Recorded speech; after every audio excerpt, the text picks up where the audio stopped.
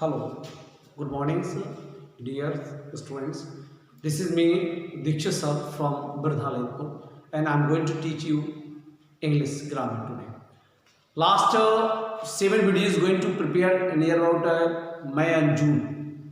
This is the Corona lockdown times is running, and I'm going to restart the 8th video as English grammar, which I'm abstracting so many things. So pay attention and give the direction. What I directed you can learn in your homes very well way, so you can understand what I said. देखिए इस समय मैं क्या हूँ कि मैं आपको English grammar को लेके चलूंगा। My dear student, English grammar के लिए मैं आपको एक चीज़ समझाना चाहता हूँ। अभी जो इंग्लिश ग्रामर में पढ़ा रहा हूँ, प्योरली इंग्लिश ग्रामर पढ़ा रहा था। अब चूंकि चेंज टाइम है, स्कूल ओपन हो चुके हैं, इंग्लिश ग्रामर को मैं बुक के साथ, हाई स्कूल 10th क्लास की बुक के साथ English grammar plus 10th class का आपको 50-50 मीन से 25 मिनट या 30 मिनट का होगा आपका English grammar period, and 30 minute का होगा इंग्लिश बुक, दोनों को मिक्स। वो English book particular for 10th class. My dear students, I would say to you every student, जो आपकी 30 मिनट होगी वो इंग्लिश ग्रामर इंक्लूडेड 2 स्टूडेंट्स होंगे, class 8 and 9, specially for 9th and 10th। 9th और 10th की जो grammar है वो सेम है, मैं आपको फिर बता दूं, तो दोनों के इंक्लूडेड होंगे। If the student studying class 7th 8th and 6th, so they are also wanted to read something grammar and wanted to and learn something grammar, so you can also using the grammar for the 50% before, माने first 50% means if I'm going to prepare video 1 hour, then 30 minute English grammar and 30 but last 30 minutes is English book, so both are to be. Now pay attention and come to the topics. Thanks. This one is the next topic. Second, that is the pronoun. What is the pronoun? In which I am saying about the noun. Noun is the name of person and place thing. So many times before I would say about it. मैंने आपको परिभाषा में बताई थी कि noun क्या है। पहले मैं परिभाषित कर चुका था, बता चुका था, ज्ञान दे चुका था। अब मैं प्रोनाउन के प्रति जा रहा हूँ। तो pronoun is a word. Pronoun क्या है? इज अ वर्ड, एक शब्द है, वर्ड विच भी यूज कर सकते हैं, used in place of noun, eight the place of noun, जो संज्ञा के स्थान पर प्रयोग किया जाता है। क्यों किया जाता है? उसका एक कारण है, for the cause noun to stop its revision. Revision माने दोहराव को रोकता है। मतलब सर्वनाम वह शब्द है जो संज्ञा के स्थान पर प्रयुक्त होता है, दो बार लग गया, प्रयुक्त होता है और कॉमा फुल स्टॉप हो गया था, संज्ञा के दोहराव को रोकता है। कैसे रोकता है? आइए मैं एक एग्जाम्पल समझता हूं। राम के पिता, यहां शब्द खड़ा है, राम के पिता के साथ राम के घर जाता है। एक सेंटेंस मैंने बनाया, मैंने यहाँ पर प्रोनाउन यूज नहीं किया। सपोज दैट हम उस टाइम में पहुंचते, we are going to the time whenever there knows pronoun, वहां पर प्रोनाउन नहीं हुआ करता था, तब हम क्या करते थे, तो उसके लिए क्या, तो किसी व्यक्ति को बार बार प्रयोग करने, तो उन्होंने ऐसा सेंटेंस लिखा, राम के पिता के साथ राम के घर जाता है। जब उस सेंटेंस को लिखा गया और फिर उसके बारे में देखा गया, क्या इस राम का प्रयोग मैं कई बार करूं? जब ये सेंटेंस सिंगल है, अगर ऐसे सेंटेंस में 8, 10, 25 लिख दूंगा या पूरा पैराग्राफ लिखूंगा राम के बारे में, तो फिर राम बहुत अच्छा लड़का है, राम के माता पिता अच्छे विद्यालय में शिक्षण देते हैं, राम की माता, तो वही राम का प्रयोग होगा। तो यहाँ पे वो कंफ्यूज हो रहे होंगे, तब उन्हें लगा कि किसी ऐसे शब्द की उत्पत्ति होनी चाहिए जो राम के आने वाले दोहराव को रोकने का काम करे। तब ऐसी स्थिति में क्या किया गया, यहाँ राम को रिप्लेस करने के लिए जो वर्ड यूज हुए, I am saying about the English, Ram goes जाता है, कहा जाता है राम्स हाउस, राम हाउस और पहले जमाने में हाउस होम के लिए क्या था, मैं आपको अपना जो घर हुआ था उस घर को हम लोग होम कहते थे, और जो बिल्डिंग चाटकी रहती थी, पराए घर होती थी, उसको हाउस कहा जाता था। अब औसतन क्या है, होम मीन्स माई होम, बिल्कुल just, house is everybody using the house, और सब जगह अपना हाउस का यूज करते हैं। तो राम्स के साथ, राम मतलब राम्स होम या house with Ram's father, there is the word so many times I am using the name of Ram. Ram का प्रयोग मैंने कई बार किया, क्योंकि उस जमाने में ऐसा होगा जब आपका प्रोनाउन नहीं होगा। जो ही प्रोनाउन की एंट्री हुई, राम का स्थान हट गया, राम अपने पिता के साथ, एक शब्द का यूज किया, अपने पिता के साथ, अपने पिता के साथ, राम के जगह पूरा निकाल करके मैंने प्रयोग कर दिया अपने, पिता के साथ अपने घर, यहां दोबारा फिर यूज किया, अपने घर जाता है। तो फिर Ram goes to his home with his father. तो यहाँ पे शब्द का इस्तेमाल हुआ, हिज का होगा या अपने का होगा, वो कहाँ से आ गया, ये क्या होते हैं माय डियर स्टूडेंट। तो मैं आपको बता दूं ये पूरा प्रोनाउन चार्ट है। प्रोनाउन चार्ट के बारे में मैं अभी बताने वाला हूँ। वो प्रोनाउन चार्ट होता है। तो what is the pronoun my dear student, I am saying about the pronoun. Pronoun क्या है? नाउन मैंने आपको बताया था, याद है आपको, पिछली बार में मैंने नाउन को स्पष्ट किया था कि नाउन हमारा, noun is the name of person place होती, मैंने आपको बता रखा था। नाउन में मैंने बता रखा था सबसे पहला होता है आपका प्रॉपर नाउन, व्यक्तिवाचक संज्ञा, किसी व्यक्ति, राम श्याम जी आपको सुनिए, मैं व्यक्ति इसको स्पष्ट थोड़ा सा और करा देना चाहता हूँ ताकि कोई डाउट ना रहे, क्योंकि टॉपिक था। इसके बाद हमने सिंगुलर प्लूरल को भी आपको बताया था। अगर मैं बात करता हूँ राम प्लस SHYAM श्याम, यहाँ पे आ गई रीमा और आ रही सुनीता या इसमें देखो सुजाता। यहां पे देखिए, यहां पे सिंगल राम और श्याम दोनों को देखेंगे तो दोनों सिंगल पर्सन है। M I right? दोनों सिंगल पर्सन है तो प्रॉपर नाउन कहलाएगा। ये कहलाएगा प्रॉपर नाउन। किसी व्यक्ति के बारे में बात करेंगे तो प्रॉपर नाउन कहलाएगा। यहां रीमा और सुजाता के बारे में बात करेंगे तो ये भी प्रॉपर नाउन है। ये बॉयज है। अगर इन दोनों को अगर किसी कैटर में रखना चाहेंगे तो you are saying about the boys, this one is called the girls. Am I right? अब आपने जान लिया ये हो गया आपकी कॉमन नाउन। नोटिस करना, सिंगल पर्सन होता है तो प्रॉपर नाउन कहलाता है।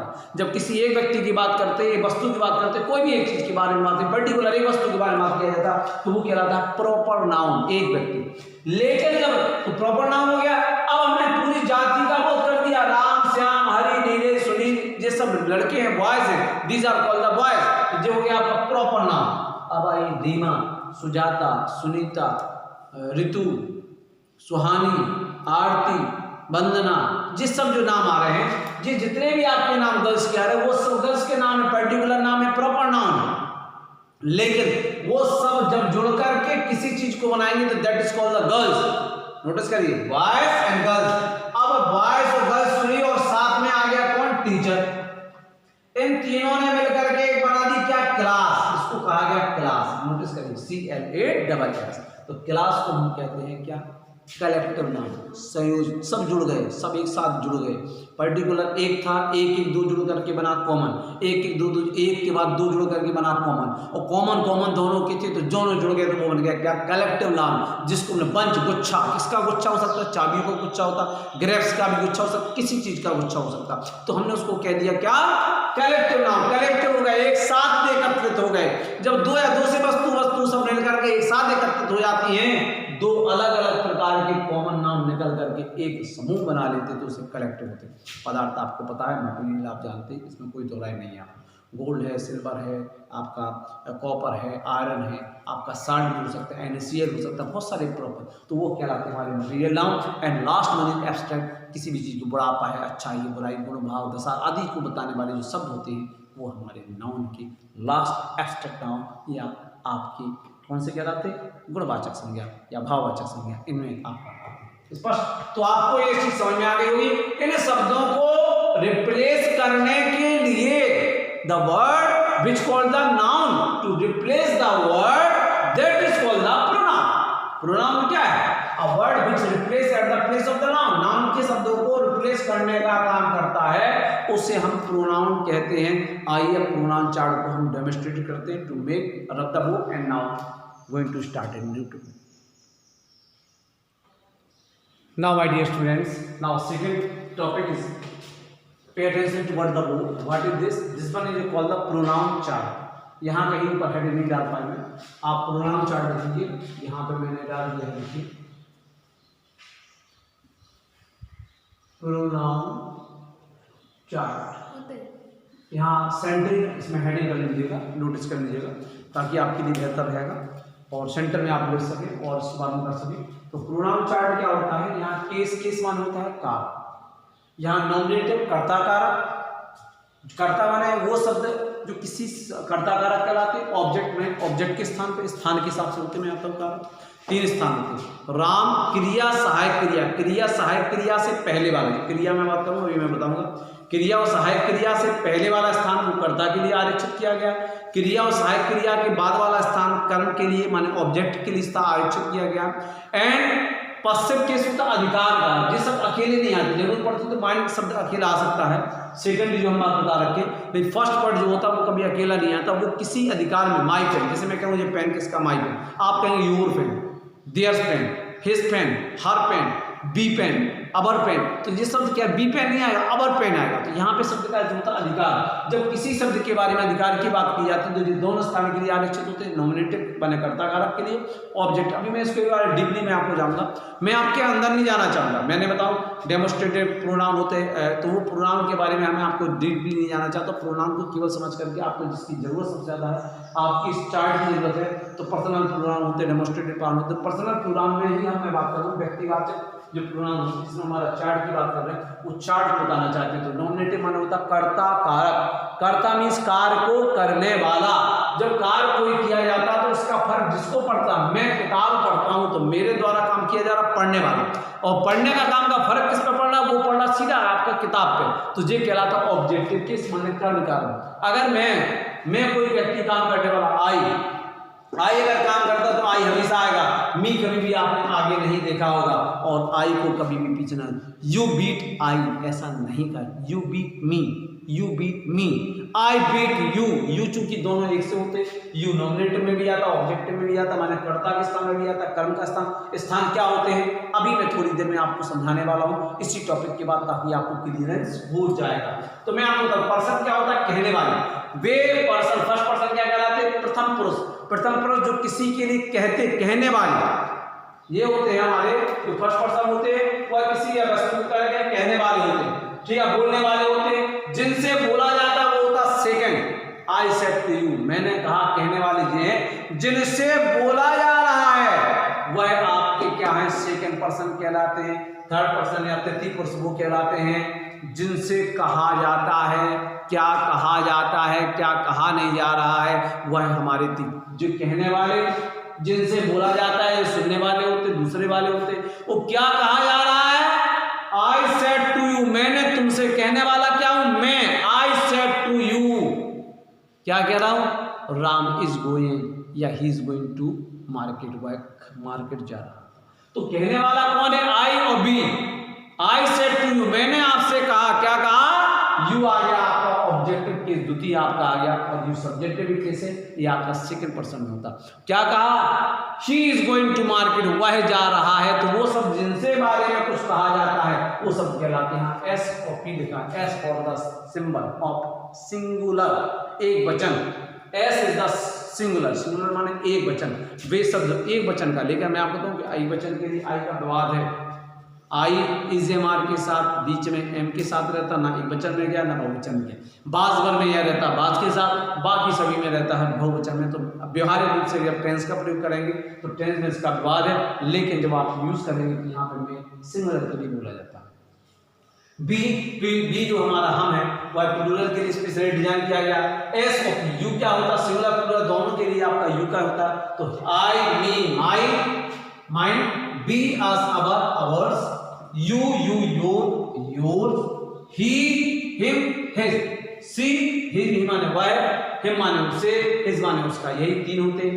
ये गर्ल्स बॉयज के लिए आता है, आपको पता है। एस जुड़ जाता है तो फिर गर्ल्स के लिए आ जाता है।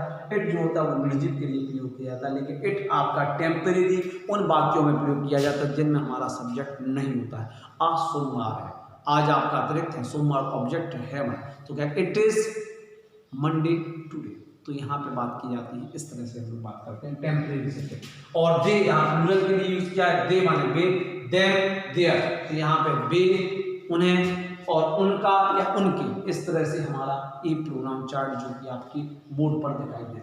नॉमिनेटिव के सेवा और स्पष्ट कर लें, हमेशा पहला स्थान क्या कहूंगा, मैंने पहले बता रखा, अभी मैं थोड़ी देर में बताने वाला हूँ, आप ऐसे समझ लें। पहले होता स्थान सब्जेक्ट, सब्जेक्ट माने नॉमिनेटिव, दूसरा होता है हेल्पिंग वर्ब। अगर असर्टिव सेंटेंस की बात करें तो ऐसा भाग जो साधारण भाग होता तो पहले आपका सब्जेक्ट, दूसरा होता है हेल्पिंग वर्ब या वर्ब, इसके बाद होता है ऑब्जेक्ट, और इसके बाद फिर होता है एस्ट्रा। तो मेन बॉडी स्ट्रक्चर होता है सब्जेक्ट, हेल्पिंग वर्ब, वर्ब और ऑब्जेक्ट। तो हेल्पिंग वर्ब और वर्ब, बीच में मैं बोल रहा हूँ हेल्पिंग वर्ब और वर्ब के पहले आने वाली चीज को सब्जेक्टिव कहते हैं। Subjective means nominative case, Subjective means nominative cases are nominative case is clearly said about the subject. Nominative case को ही subject कहते हैं. And second one, helping verb वो verb के बाद आने वाले शब्द क्या होते हैं? वो object. मैंने ऐसे आपसे कहा I beat them, तो मैंने उसे मारा, तो them कहाँ पे आ रहा है? ऑब्जेक्टिव के. I माने आ गया, I जे है और them यहाँ, तो I आगे आया इसको सब्जेक्टिव है. लेकिन आप जे कहेंगे me beat they, ऐसा नहीं आएगा, ये गलत है. me beat they, क्योंकि me जो है वह आपके सब्जेक्ट के स्थान पे कभी भी नहीं आएगा. तो आपको ध्यान रखना है कि आई के स्थान पे क्या आएगा. तो यहाँ पे ऐसी स्थिति क्या होती, आई हमेशा आगे रहता, आई आपका फर्स्ट है.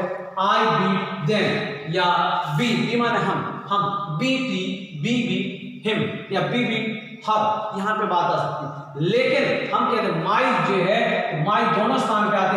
माई फादर बीट मी, मेरे पिता ने मुझे मारा, तो माई कहाँ पे आ गया? सब्जेक्ट. या आई बेट योर ब्रदर. अब मैंने कहा आई, योर माने कहां पे? ये अधिकार है, यहां माई का इस्तेमाल किया था, यहां पर मैंने योर किया था. आई बीट योर ब्रदर, तो मैंने आपको मारा. किसको मारा? तुम्हारे भाई को. तो तुम्हारा शब्द कहां चला गया? पीछे. और योर, तो यहां पे मैं आपको बता दूं अधिकार जो होता है पश्चिम केस कहलाता है, या कुछ लोग उसको पॉजिटिव केस पढ़ते हैं. That is called specially called the Paschim case. Subject nominative case specially for the subject, subject के स्थान पे आता है. ऑब्जेक्टिव केस जैसा कि पता है, ऑब्जेक्ट माने कर्म कारक, कर्म के स्थान पे आता हो. केस मींस कारक और पर्सन माने पुरुष.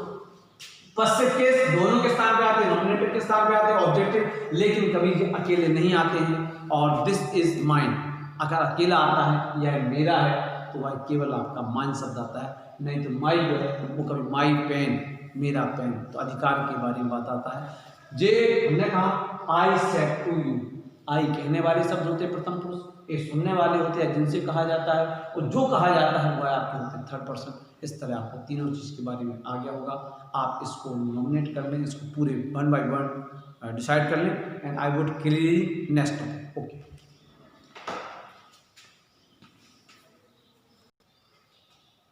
now I am clear the whole. Now pay attention. Here is whenever I am saying about the assertive sentence. Assertive sentence. कथनात्मक वाक्य,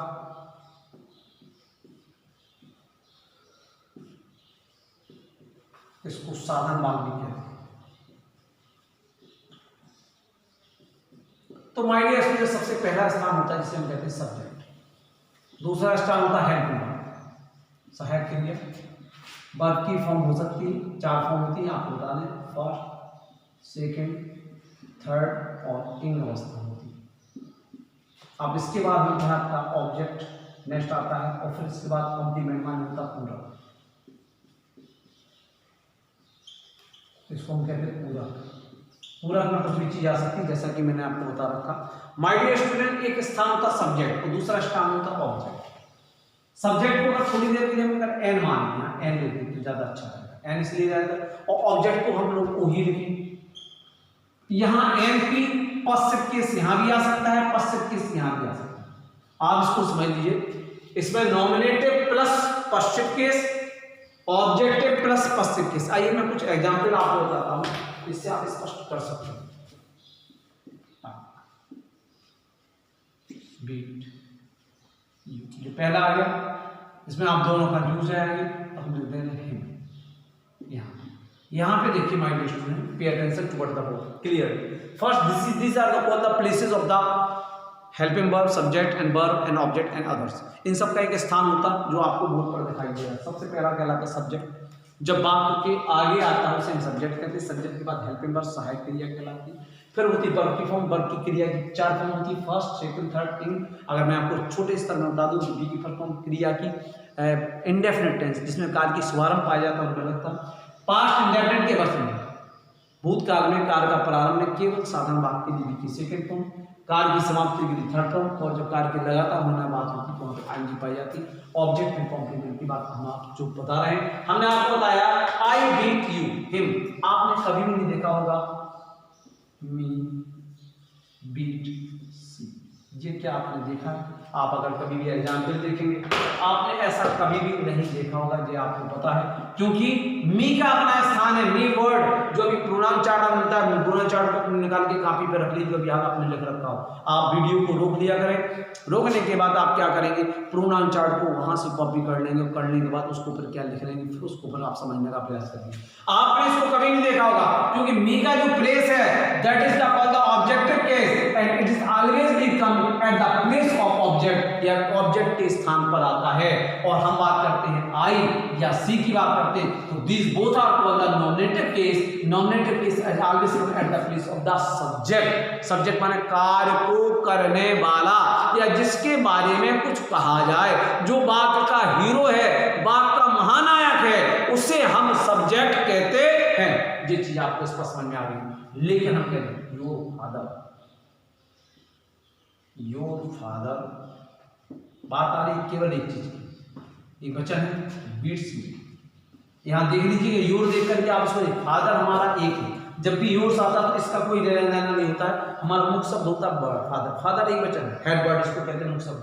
इसको आपको डिटरमाइन करने का काम किया, इसको आपको पार्ट ऑफ, जब आप पार्ट ऑफ सेंटेंस की बात करेंगे तो इसमें आ जाएगा डिटरमिनर एंड हेड वर्ड शब्द, हेड नाउन या नाउन शब्द की बात की जाएगी, इस हेड नाउन कहा जाता है। तो माय डियर स्टूडेंट, यहाँ पे योर शब्द का है, मैंने बताया यहाँ पे पी पश्चिव केस, नॉमिनेटिव पश्चिव केस यहाँ पे आएगा, ऑब्जेक्टिव पश्चिव केस भी आएगा, और फिर आ गया आपका number 1, you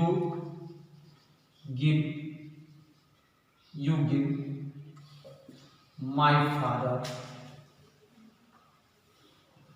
a glass of water. Here is a second one, this is you ये आपका सब्जेक्ट है। कभी भी कंफ्यूजन हो जाए, क्रिया सहायक क्रिया के पहले आया गया यू आपका नॉमिनेटिव, क्योंकि यू ऐसे पढ़ेंगे, I me my, we us our, you your, he him his, she her, it its, them their. आपको इस तरह याद करना। Now start, how can you read?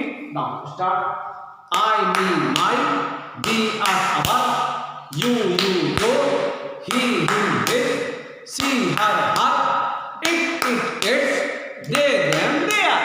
आपको इस ट्रिक से इसको याद करना है ताकि प्रोनाउन चार्ट आपको क्लियर हो सके या याद हो सके।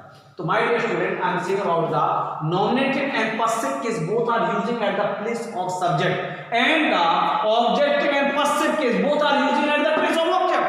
Means you say your father beats me, it means your means passive case. Am I right? Passive case at the come at the subject, at the place of subject, and here is my आपका क्या रखा? This is come at the object place. तो my dear student, clearly आप समझे, helping verb है, या helping verb का use किया गया, आप कर सकते हैं I am eating your mango. आपका एक आम रखा था, उसको उठा करके मैंने खा लिया। तो यहाँ पे हम देखेंगे हेल्पिंग वर्ब, और this is called the verb की form, being continuous, present continuous tense. कैसे पता चलेगा? बाद में पता चलेगा। तो आई आपका पर्टिकुलर सब्जेक्ट के स्थान पे आ रहा। अब आप क्या देगा, योर जो हमने यूज किया वो क्या है, your come eight the place of the object. अब आप कहेंगे सर ऑब्जेक्ट पे नहीं, ये सब्जेक्ट पे भी आता, क्योंकि आप यहाँ पे योर फादर बीट मी, तुम्हारे पिताजी ने मुझे मारा, तो योर ऑब्जेक्ट पे भी आता है और योर सब्जेक्ट पे। लेकिन इसकी गारंटी है कि यह कभी भी सिंगल नहीं आता है। ऐसा मान लो, छोटा सा एग्जाम्पल से मैं आपको समझाना चाहता हूँ। 3 प्रकार के, मम्मी पापा और बच्चे, 3 प्रकार के। तो मम्मी सबसे बड़ा होता है, कहते हैं क्या, फैमिली का हेड जो कहलाता है, that is called the father. Father या जेंट्स को हम लोग कहते हैं हेड कहते हैं। तो हेड को थोड़ी देर के लिए मान लो वो सब्जेक्ट है, एम आई राइट? और आपका जो दूसरा कहलाया मदर होगी, मदर या लेडीज जो है वो ऑब्जेक्ट है, और आपके जो हमारे पश्चिम केस है, इन्हें मान लो चाइल्ड बच्चे हैं जो कभी अकेले नहीं आते, अकेले नहीं जाते, इनके साथ कोई ना कोई होना चाहिए, चाचा होना चाहिए, मामा हो जाना चाहिए, मतलब मैटरनल अंकल आंटी, कोई भी एनी अदर हो सकता है, आपके नीचे का नाम कोई भी बर्ड्स हो सकते, ग्रैंड पा ग्रैंड मदर, तो वो कोई ना कोई हो सकता है। तो जो कभी अकेले नहीं आते, then he is always come with somebody else, किसी एक के साथ आते हैं। Who is this? This is called the elder, ये बड़े होते हैं। तो ये बात जान लीजिए कि ये हमारे बच्चे हैं जो हम योर्स कह रहे हैं। हम बच्चे कौन कौन से आएंगे, आगे बात करेंगे माई, फिर बात करेंगे अवर, फिर बात करेंगे योर, हिज, हेयर, एड्स, उद्यर, ये सब बच्चे हैं, ये कभी भी अकेले नहीं आते। ऐसा याद करने की बात करें, समझने के लिए, ताकि वो कंफ्यूजन आपका दूर हो जाए। सब्जेक्ट पे आने वाले शब्द कहलाते हैं नॉमिनेटिव, वो सब कहलाते हैं कौन? जेंट्स, पिता। मदर्स कौन कहलाती है? हमारी मदर से सबकी मदर अलग अलग होता है। 4-5 फ्रेंड है तो उनकी मदर अलग अलग है, वो कहलाता है ऑब्जेक्टिव केस। लेकिन आपके पसिव केस है वो जस्ट लाइक ए चाइल्ड। ये चाइल्ड कभी भी अकेले नहीं आती, ये कभी ना कभी या तो फ्रेंड के साथ आते, मित्र के साथ आते, तो ये सब चीज उसके बारे में कही जाती। मैं जानता हूँ अब आपको क्लियर हो गया होगा। Now clear it and now also write some example given in the at the board. Now please right.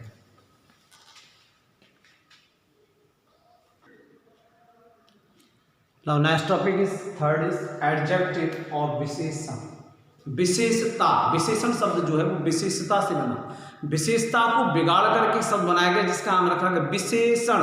विशेषण तो my dear students I am saying about an adjective is a word, ये भी शब्द होता है विच या used to qualify, जो quality बताता है, क्वालिफाई करता है नाउन एंड प्रोनाउन। दो वर्ड पहले पढ़ चुके हम, नाउन, दूसरा पढ़ चुके प्रोनाउन। इन नाउन और प्रोनाउन की विशेषता बताने वाले शब्द को विशेषण कहते हैं। वह शब्द जो संज्ञा और सर्वनाम की विशेषता प्रकट करते हो या करता हो वह विशेषण कहलाता है। I am saying some example so please pay attention. A black boy, here is a meter होता है जी आपका तराजू, तराजू जानते हैं ना, तकरिया, that is called the scale. Scale तराजू है।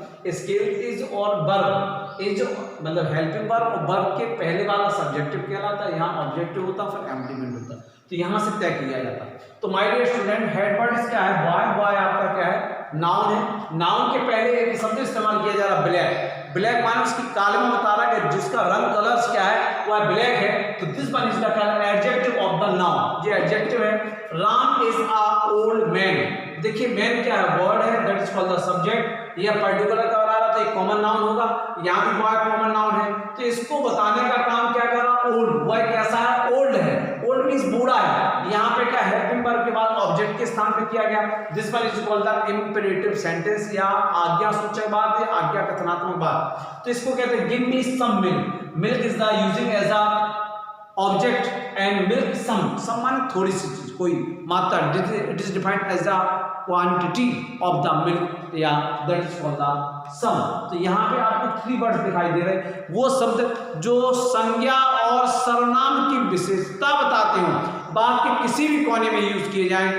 केवल नोटिस करें कि आपके नाउन प्रोनाउन के आगे आकर के उसकी क्वांटिटी बताते हो, क्वालिटी बताते हो, that is called the qualifying, that is called the adjective. Now pay attention and right it and I would change. This is the last topic of today. आज का ये लास्ट टॉपिक है, इसके बाद मैं 10th क्लास की book पढ़ाऊंगा। सो please pay attention all the students. And now जो आपके स्पेशली केवल ग्रामर पढ़ रहे थे, मीन्स क्लास 9th के स्टूडेंट्स या 6th 7th 8th में से कोई ग्रामर पढ़ रहे थे, उनके लिए that is the last time. यहाँ से लास्ट टाइम हो जाता है। अब आप अपना वीडियो को पॉज कर दीजिए, यहाँ से फिर कट करके मैं जो शुरू करूँगा दैट इज द सेकेंड रहेगा, वो होगा इंग्लिश हाई स्कूल की English. Now please.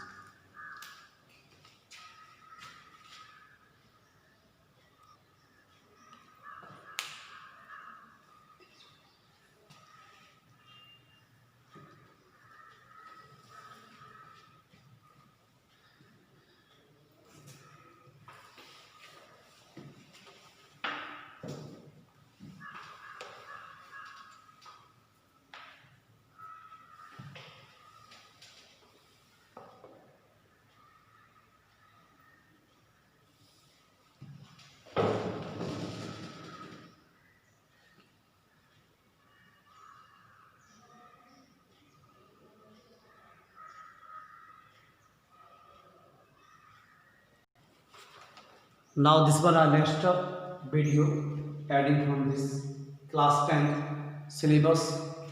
This is the syllabus of and the division of the marks by the numbers, by the places. The book is divided into 3 sections. First is the prose. Prose has 6 lessons.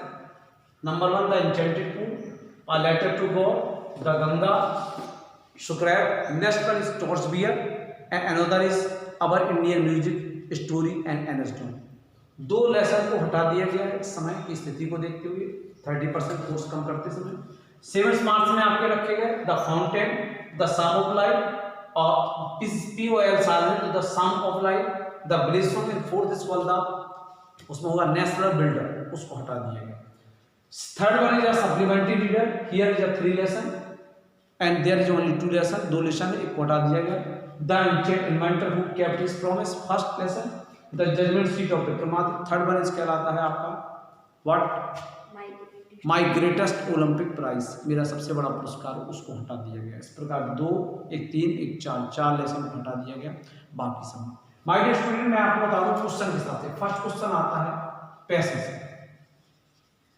इसमें 2 धन 2 number के 2 question होते हैं, कोई भी passage हो सकता है 1 2 3 4 लेसन में से कोई भी एक पैसेज होगा, पीस ऑफ लेसन का पीस होगा, टुकड़ा होगा, paragraph, that is called the piece of the lesson, और पैसेज होगा। उस पैसेज में से कोई भी 2 क्वेश्चन पूछे जा सकते हैं, उन 2 क्वेश्चन पर आपको आंसर देने होंगे, इसलिए 2 धन 2 बराबर 4 पहला क्वेश्चन होगा।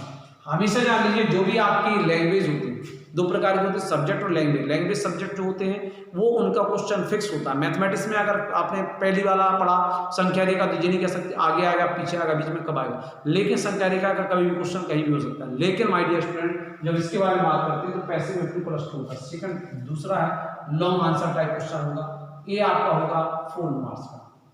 M I right? ये कितने मार्क्स का होगा? 4 मार्क्स। 4 नंबर का एक ही क्वेश्चन होगा, but it has the option, ये आपका ऑप्शन होगा किसी भी 2 पार्ट से। यहाँ पे 4 पार्ट है, 4 लेसन में से किसी 2 लेसन का एक क्वेश्चन दिया जाएगा लॉन्ग, इसको 60 वर्ड में प्रिपेयर करना। How many word? That is using the 60 word, 60 word में आपको प्रिपेयर करना। Same for the 9th class भी है। थर्ड वन इज होगा आपका शॉर्ट आंसर, शॉर्ट। तीसरा क्वेश्चन स्थान का फिक्स स्थान है, कोई चेंज नहीं है, बस आंसर मैंने बता दिया, स्थान सेम है, लेकिन क्या क्वेश्चन आएगा वो बिल्कुल। इसमें आपको 3 क्वेश्चन होंगे, 3 क्वेश्चन में से आपको 2 कोई क्वेश्चन करने पड़ेंगे। 2 + 2 = 4, इस प्रकार से ये 16 नंबर का होगा।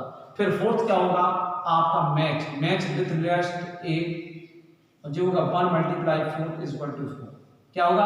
आपकी लिस्ट दी होगी ए, एक लिस्ट में ए से बी में आए हुए शब्दों को मिलाना होगा, और मिलाते समय इस बार क्या करना होगा आपको देखना होगा क्या वो सही मिले हैं। मतलब ए लिस्ट में जो वर्ड होंगे उनकी लिस्ट बी में आपके चारों लेसन में से कुछ मीनिंग्स होंगी, अर्थात क्या है ग्लोसरी होती है। अगर आपने नोटिस किया होगा तो हर लेसन के में एक ग्लोसरी होती है। ग्लोसरी में आपके कुछ वो दिए जाते हैं, देखिए यहाँ पे देखिए ग्लोसरी दे रखी, downpour, heavy rainfall, intimately, closely, approaching, coming, pressure, dry, exacerbated का, तो ये आपको दिखाई पड़ रहा है। एक आपकी ग्लोसरी होती है, इस ग्लोसरी के हिसाब से आप समझ सकते हैं। आपको नोटिस आ रहा होगा, मैं थोड़ा सा और जूम करके लाना चाहता हूँ ताकि आप स्पष्ट कर सकें कि किस तरह से क्या होती है, तो आप समझ पा रहे होंगे कि क्या निकल के आ रही है। तो ग्लोसरी होती है, इस ग्लोसरी में से सब चीज़ निकल के आती है और आराम से आप उसको बता सकते हैं। तो यहाँ पे आपको मैच होते हैं, समझ में आ रहा है? पैसिव में 2 आंसर 4 नंबर, लॉन्ग 4 नंबर का, शॉर्ट 3 में से 2 में से 1 4 नंबर का, शॉर्ट 3 में से 2 नंबर का, और मैच 1 से 4 नंबर का। कुल जो आपका हो गया 60 मार्क्स में, मैंने पहले बता रखा। यहाँ होगा एक स्ट्रेंजा, 5वां क्वेश्चन होगा स्ट्रेंजा। स्ट्रेंजा माने होता पद। स्ट्रेंजा के कोई भी एक ही स्ट्रेंजा होगा, ऑप्शन नहीं दिया जाएगा। इसके 2 क्वेश्चन होंगे उस स्ट्रेंजा से, उसके प्रत्येक क्वेश्चन का आंसर देना 2 + 2 = 4। 6 होगा आपकी 4 लाइन पे,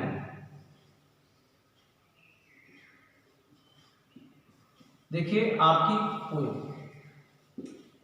तो आपकी जान लीजिए पोएम क्या होती है आपकी, नोटिस करिए। आपकी यहाँ पे 3 पोएम है, 3 पोएम में से या तो किसी भी एक पोएम की आप 8 लाइन तैयार कर लें, या 2 अलग अलग पोएम की आपकी 4 लाइन तैयार कर लें। नोटिस करिएगा, किसी भी एक पोएम की 8 लाइन तैयार कर लें 3 पोएम से, या क्यों कारण क्या हो सकता है, मान लो सपोज दैट आपने फाउंटेन की केवल 4 लाइन तैयार की, और फाउंटेन की वही 4 लाइन आपकी का इंटीरियर आ गई, स्ट्रेंजा में आ गई, तो फिर उसको आपको कॉपी नहीं कर सकते, क्योंकि इसमें लिखा रहता है do not copy any lines given in the paper में जो भी है आपको उसमें से कोई भी लाइन को कॉपी नहीं करनी होती। तो 4 लाइन्स कहाँ से आएंगी आपके 2 क्वेश्चन होंगे। 5 में स्ट्रेंजा में 2 + 2 = होगा, और 4 का 6 का लाइन क्या होगा, पोएम होगा, जो आपको दिखाई पड़ रहा है। नेक्स्ट होता है आपका ये 4 4, ये आपका 4 नंबर का क्वेश्चन होगा, ये आपका 3 नंबर होगा, 4 3 7 मार्क्स है, ये आपके 16 मार्क्स हो गए। इसमें क्या आता है, इसमें आपका स्थान होगा 7वां सवाल, 7वां क्वेश्चन होगा। नोटिस कर लीजिए, जो सवाल मैं बताऊंगा वो सवाल वहीं से आएगा, उसका क्रमांक भी वही रहेगा। साथ में रहेंगे। आपके एक पैसेज दिया होगा, वेरी सॉरी इसमें पैसेज नहीं आता, इसमें शॉर्ट आंसर आते 25 पॉइंट। शॉर्ट आंसर देने पड़ेंगे, 3 क्वेश्चन पूछे जाएंगे। 2 पैराग्राफ में से पहले क्या था, पहले आपके 3 लेसन थे तो तीनों में से एक एक आ जाते थे। तो ऐसे स्थिति में अब निश्चित है या तो इन्वेंटर से 2 आएगा तो जजमेंट से 1 आएगा, या जजमेंट से 2 आएगा तो इन्वेंटर से 1 आएगा। इस तरह से आपके कुल क्वेश्चन पूछे जाएंगे 3 में से किसी भी 2 क्वेश्चन का आंसर दे रहे हैं, 2 बराबर कितना हो जाएगा 4। अब होगा 8वां सवाल में क्वेश्चन होगा, वो होगा आपका 8 जान लीजिए 4 5 6 7 8 9 तक हमारे यहाँ पे आता है। तो यहाँ पे 4 क्वेश्चन, 5 में स्ट्रेंजर, 6 लाइन, 7 का शॉर्ट आंसर, 8 में होगा ट्रू फॉल्स। ट्रू फॉल्स क्या कहलाता है, 1 multiply by 4 is equal to 4। 4 की 12 नंबर का होता है, हमने लिखा होगा शायद मार्च होगा, 12 मार्च का है, इसलिए 12 7 और 16 कुल मिला के 35 नंबर की ग्रामर होती है, 35 नंबर की आपकी बुक आती है। इस तरह से होता है। तो यहाँ पे दोनों लेसन से शॉर्ट आंसर होंगे गिवन इन द 25 वर्ड। इन शब्दों की प्रश्नों के उत्तर 25 शब्द में देने होंगे, तो 2 नंबर्स के होंगे। ट्रू और फॉल्स, इसमें से 4 क्वेश्चन पूछे जाएंगे, 1 नंबर के होंगे, वो ट्रू और फॉल्स होंगे। उसके पीछे आपको ट्रू लिखना है, फॉल्स होना। इसमें से पूरे एक बात जान लीजिए, अगर आपके मैथ में अगर एक गलती होती है तो इसका मतलब 2 क्वेश्चन दूसरा अपने आप स्वतः गलत हो जाएगा। लेकिन ट्रू और फॉल्स में क्या होता है कि अगर आपका इसमें अगर गलत हुआ तो इसमें गलत नहीं होता, इसमें एक ही गलत होगा। तो ट्रू एंड फॉल्स, एंड फिर होता है चॉइस। चॉइस के भी क्या होती है, 1 multiply 4 is equal to 1 multiply 4। Choice माने चुनना। यहाँ पे 4 आंसर होंगे किसी भी क्वेश्चन।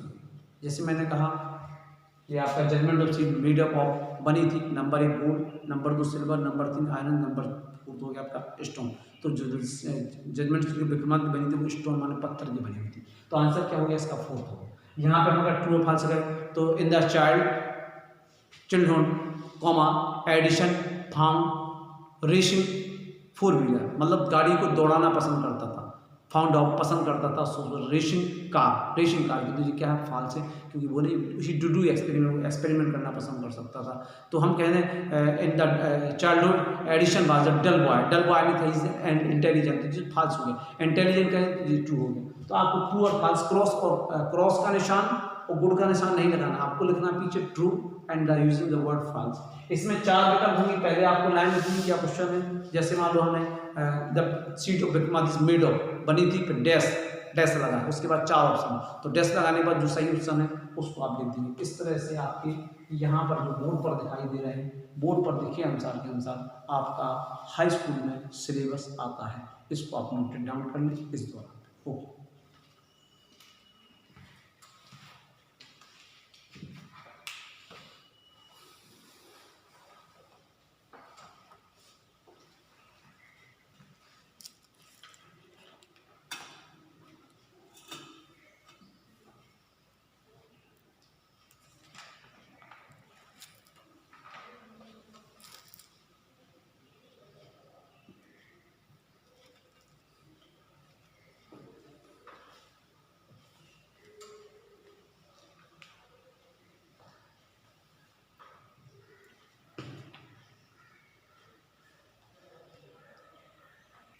माय डियर स्टूडेंट, जैसे मैं आपको बता चुका हूँ 35 मार्क्स में, उसमें मैं बोल चुका हूँ कि बुक आती है 35 मार्क्स में, ग्रामर आता है।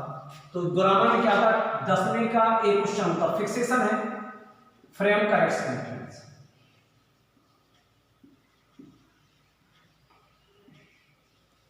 व्हाट इज दिस, आपको कोई भी सेंटेंस दिया जाएगा, ये 2 मार्क्स का होगा। कोई भी सेंटेंस दिया जाएगा, जैसे Ram is a boy is Ram, जैसे ऐसे बिगड़ा हुआ शब्द होगा, कहीं आपका इस तरह से उल्टा सीधा दिया जाएगा, उसको करेक्ट मतलब by reordering the word, reordering माने दिए गए शब्दों को रीऑर्डर माने पुनः से ऑर्डरिंग करते हुए, and frame the correct sentence, और फिर सही शब्द सही तरीके से लगा के हुए किसी भी सेंटेंस को बनाती, बहुत सिंपल होता है, वही पूरा शब्द होता है फ्रेम करेक्ट सेंटेंस। 2 नंबर का होगा। 10वें के बी के स्थान पे आता है active passive, to change sentence active into passive. और अगर आ जाता है चेंज सेंटेंस, बहुत कम आता है, चेंज सेंटेंस करने के लिए बहुत कम आता है माय डियर स्टूडेंट, ये मैं आपको बता दूं। लेकिन इंपॉर्टेंट सेंटेंस चेंज क्या माना है, assert Ram is a boy, जैसे हमने कहा ही गोज टू मार्केट, तो अगर आप इसको नेगेटिव बना दीजिए तो he does not go to market, तो जिस चीज इंट्रोगेटिव बना दिए तो does he go to market. तो इस तरह से आपको क्वेश्चंस वहां जाता है चेंज करना।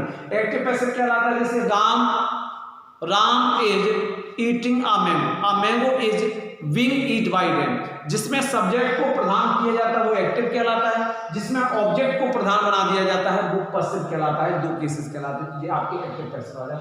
ये भी सेम 2 मार्क्स का होता है। स्थान फिक्स है लेकिन यहाँ सेंटेंस अलग अलग हो सकते हैं, स्थान फिक्स है, ये नोटिस कर लीजिए। तीसरा आ जाता है जिसे कहते हैं इनडायरेक्ट, इनटू इनडायरेक्ट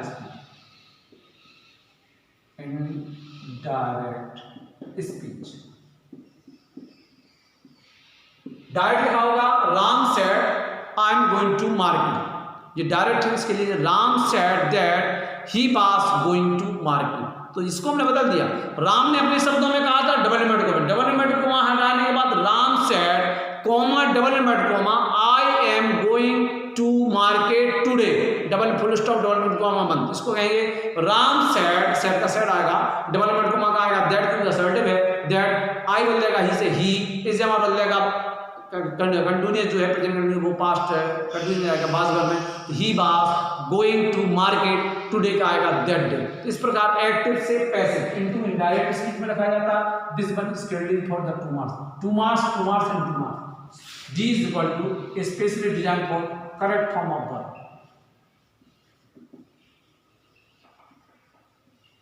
क्रिया की सही अवस्था, ए भी आपका 2 नंबर के लिए आएगा। जैसे हमने कहा राम हैज रिक्त स्थान टीवी, क्वेश्चन में बाच, अब बाच की कौन सा है, राम इज लिखा तो राम इज वाचिंग टीवी, तो इज लगा रखा है, तो इसके लिए बी की इंग अवस्था आएगी। या कोई कंडीशन और भी हो सकती है जिसमें आपको जैसे बी रिक्त स्थान यस्टरडे, क्वेश्चन में आगे गो, तो बी गॉन, तो बी की से बैंड, सॉरी बी की सेकंड फॉर्म आ जाएगी बी बैंड, तो पास्ट में अपने, तो कब कहाँ कैसे आएगा, क्रिया की कौन सी अवस्था होगी, वह आपकी इस समूह में रखी जाती, तो फिक्स 10 नंबर का हो गया। ये आपका 2, 4, 6, 8 नंबर का होता है। अगला आता है 11 में आपका ए आता है, फिक्स है। यहाँ पे सेंटेंस अलग अलग होगा लेकिन उसका प्लेस फिक्स है। मतलब एक ऐसा मान के चले, आप कभी बस स्टैंड गए होंगे या फिर कभी रेलवे स्टेशन गए होंगे, तो रेलवे स्टेशन पे एक तो होता जाने वाला रूट, एक होता आने वाला रूट। आप अगर बहुत बड़े बस स्टेशन पे गए होंगे तो उसमें लिखा रहता है ये यहाँ से आगरा की ओर बस जाती है, तो वो आगरा की ओर वहीं खड़ी हो जाएगी, आगरा की ओर जाने वाली बस आगे वहीं पर खड़ी हो जाएगी। यहाँ दिल्ली की आती है तो दिल्ली की ओर खड़ी हो जाएगी, यहाँ से मथुरा की साइड जाएगी तो मथुरा की साइड, मतलब जहाँ से यहाँ से आप झांसी तक, तो कहीं भी कोई भी जगह जाना चाहें एक स्थान से, तो वो स्थान फिक्स रहता है कहाँ से कौन सी बस जाएगी। तो माय डियर स्टूडेंट सेम है कि यहाँ पर वो बस जाएगी कौन सी, सब उधर मैं समझाना, यहाँ पे वो बस जाएगी जो फ्रेम करेक्ट सेंटेंस होगा, यहाँ पे वही आएगा जो पैसिव में इंटू पैसिव में बदला जाएगा, यहाँ पे वही सेंटेंस आएगा इंटू इनडायरेक्ट। आपको जान लीजिए यही हिंदी में होता है, संस्कृत में होता है, इंग्लिश में होता है, जितनी भी लैंग्वेज अदर अगर आप पढ़ते हो तो सेम पैटर्न होता है for only for language and other subject के लिए कोई टाइमिंग नहीं है। वो रहता है कि यहाँ पे 1 नंबर का सवाल आएगा, 2 नंबर का सवाल आएगा, 4 नंबर का सवाल आएगा, फिर 6 नंबर का सवाल, वो सवाल के हिसाब से आता है लेकिन इसमें स्थान फिक्स रहता है। 4 ये का होता है करेक्ट प्रीपोजिशन।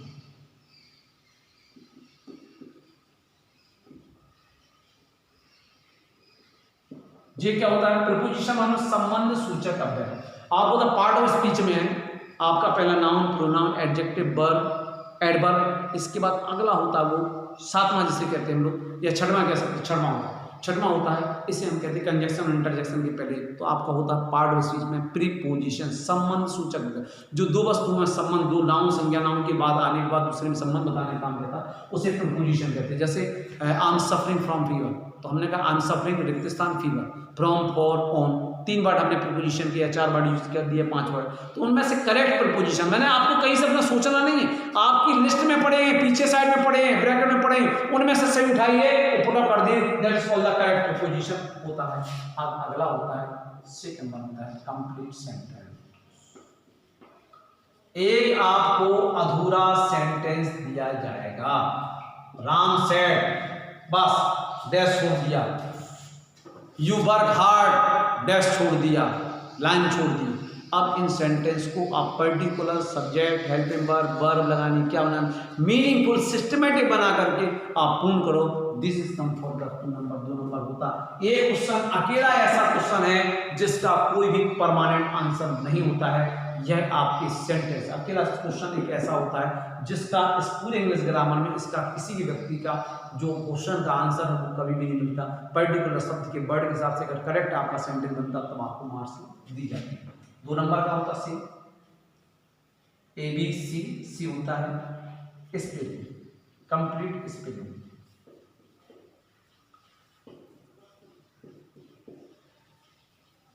ए मार्क्स 1 का आता है, आधा नंबर के 2 मार्क्स आते हैं। 2 आपके होगा, जैसे हमने कहा READ लीड होता है तो R डैश छोड़ दिया, ए कर दिया D, GR dash $M R। तो यहाँ पे एक या दो मीनिंग, एक या दो लेटर किसी भी वर्ड में, इसमें वर्ड आते हैं कंप्लीट स्पेलिंग में वर्ड आते हैं, वर्ड में 1 या 2 लेटर या 3 लेटर, ज़्यादा 3 लेटर, इससे ज़्यादा नहीं होते, 1 और 2 के सबसे ज़्यादा आते हैं। तो 1 या 2 लेटर को आपको डिसमिस किया जाता, हटा दिया जाता। उन हटे गए लेटर्स को आपको सेलेक्ट करके either these are the pronoun और दीज आर द वोवेल्स और कंसोनेंट क्या हो सकते हैं, उनको आपको लिखना। सी में आता है और डी होता है अपना पंक्चुएशन।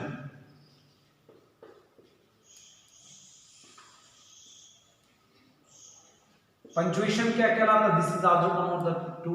यहाँ पे अगर हम बात देखते हैं, यहाँ 15 मार्क्स का हमारा हो चुका है। आप देख लीजिए, ये दोनों मिलाकर के 50 मार्क्स में हो जाते हैं। 2 4 6 8 2 4 6 7 7 में छूट जाए 15 मार्क्स हो जाते हैं, 15 मार्क्स हो जाता। अब आप जानते हैं पंक्चुएशन जिस प्रकार से कहते हैं कि एक नारी को श्रृंगार के सोने के आभूषणों से सजाया जाता है, उसी प्रकार से दिए गए सेंटेंस को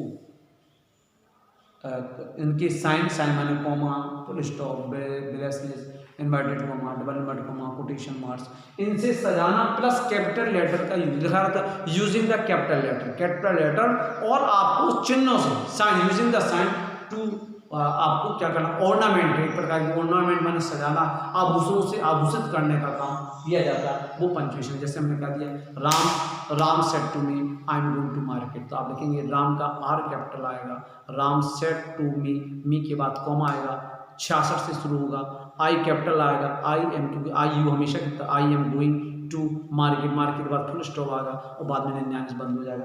this are the answer of this question. इसमें कुछ नहीं करना है, कहीं भी कुछ नहीं करना है, केवल आपको कैपिटल लेटर का कोई भी अलग से वर्ड नहीं लिखना, कैपिटल लेटर को लिखना है। देखिए इसमें क्या करना है, क्रम से लिख देना है। यहाँ पे थोड़ा सोचना पड़ेगा, ये 2 वर्ड बदले जाएंगे, वही सेम रहेगा। पैसे में टाइम क्या होगा, डबल नंबर को हटा करके उसको बदला जाएगा, दिमाग लगेगा। Correct form of the verb, इसमें क्या करना है, क्रिया की सही अवस्था लिखी देगी, वहीं से भर देना है।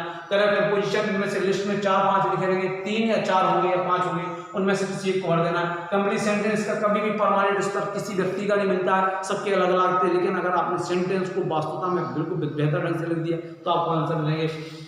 स्पेलिंग में 1 या 2 आपको लेटर का प्रयोग करना है, माने वोवेल्स और कंसोनेंट का प्रयोग करना है, और पंक्चुएशन में कोई भी अदर वर्ड नहीं लाना है, केवल कैपिटल कर देना, वही सब वहीं लगा रहेगा, और केवल चिन्हों का इस्तेमाल करना, आपका कंप्लीट हो जाएगा। इसके बाद आता है 12वां होता है आपका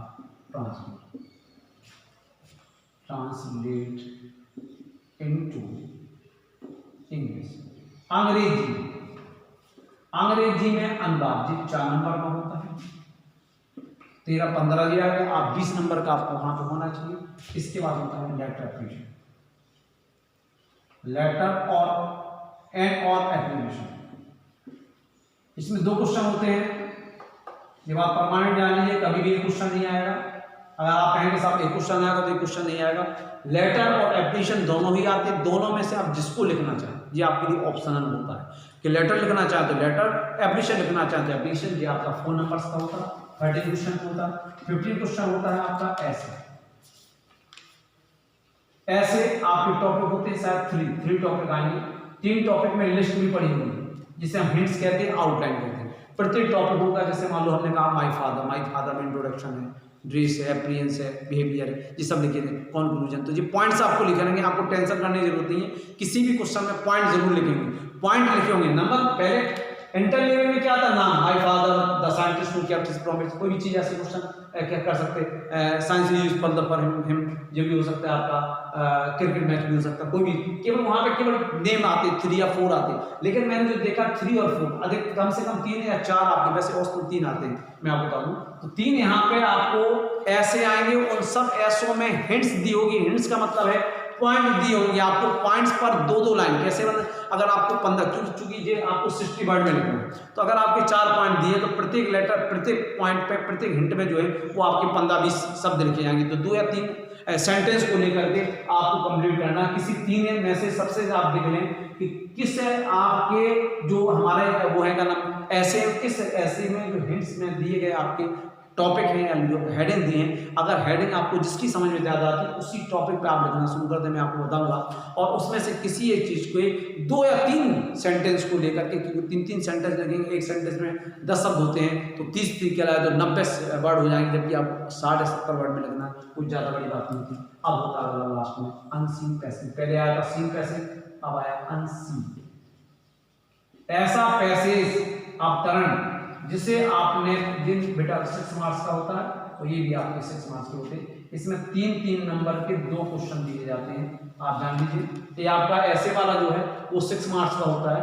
अनसीन पैसेज, जिसको आपकी किताब से कोई भी पैसेज नहीं हुआ जो आपने, लेकिन कोई स्टोरी होगी जो आपने बचपन में भी पढ़ी हो सकती है, कभी किसी चीज़ से मैच कर रही होगी, कभी सुनी हो सकती है, ऐसी कहीं मतलब लगेगा कहाँ सिंपल है इसको, उस ऐसे को पढ़ करके, एक बात समझ लीजिए, एक होता सीन पैसेज जो पहला क्वेश्चन होता है, ये होता लास्ट में अनसीन, दोनों फर्स्ट और लास्ट में, पहला होता सीन जो पार्ट में से आता है, अनसीन ये पार्ट से नहीं आता, ये आपकी कहानी से आता है, लेकिन इसका क्वेश्चन जो रहता है वो बिल्कुल परफेक्ट उसी से रहेगा, एक भी शब्द यहाँ वहाँ से नहीं आएगा, लेकिन चूंकि इस पार्ट को आपने पढ़ा, तो इसको पहला जो क्वेश्चन मैंने पढ़ाया था, जो भी मैंने बुक में बताया, तो उसका क्वेश्चन हो सकता है कि उससे आगे वाले या नीचे वाले पैराग्राफ से जा सकता है, लेकिन ये आप IQ पे आधारित पहुंचे, चूंकि आपने पढ़ रखा है, लेकिन अनसीन पैसेज होते हैं ये आपके परफेक्ट आते हैं। तो माय डियर स्टूडेंट, आपका यहाँ पे आपने देखा this one is 50 and this one is, आप लोग देख रहे हो, नोटिस कर रहे हो, this one is 20, 50 and 20 that is equal to 35, 35 का ग्रामर और 35 की बुक्स, दैट इज कॉल्ड 70 के बाद अब बचता है 30 आपके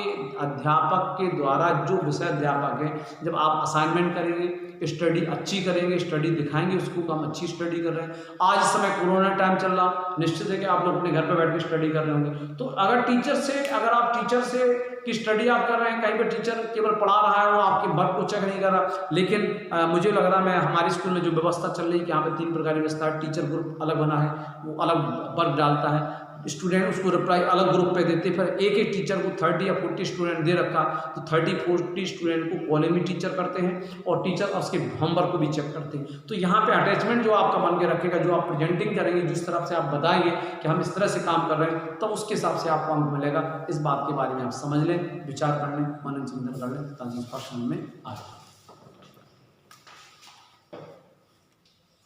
एक एक बिंदु को नोट कर लें, मैंने पहले भी बता चुके थे, एक बार मैं दोबारा बता दूं, इसमें कोई दिमाग ज़्यादा नहीं लगाना है, आपके सेंटेंस को क्रम से लिखना है, पैसिव में लिखना है, ऑब्जेक्ट सब्जेक्ट के स्थान पे आएगा, सब्जेक्ट ऑब्जेक्ट के स्थान पे आएगा, हेल्प में वर्ब बदल जाती है, नोटिस करें, हेल्प में वर्ब बदल जाती है, क्रिया की तीसरी अवस्था आती है, 3 पॉइंट रखते हैं, बहुत simple, subject to the object, and object में जाएगा तो बाई ऑब्जेक्ट आएगा, राम अगर जाएगा तो बाई राम आएगा, object come eight the place of subject.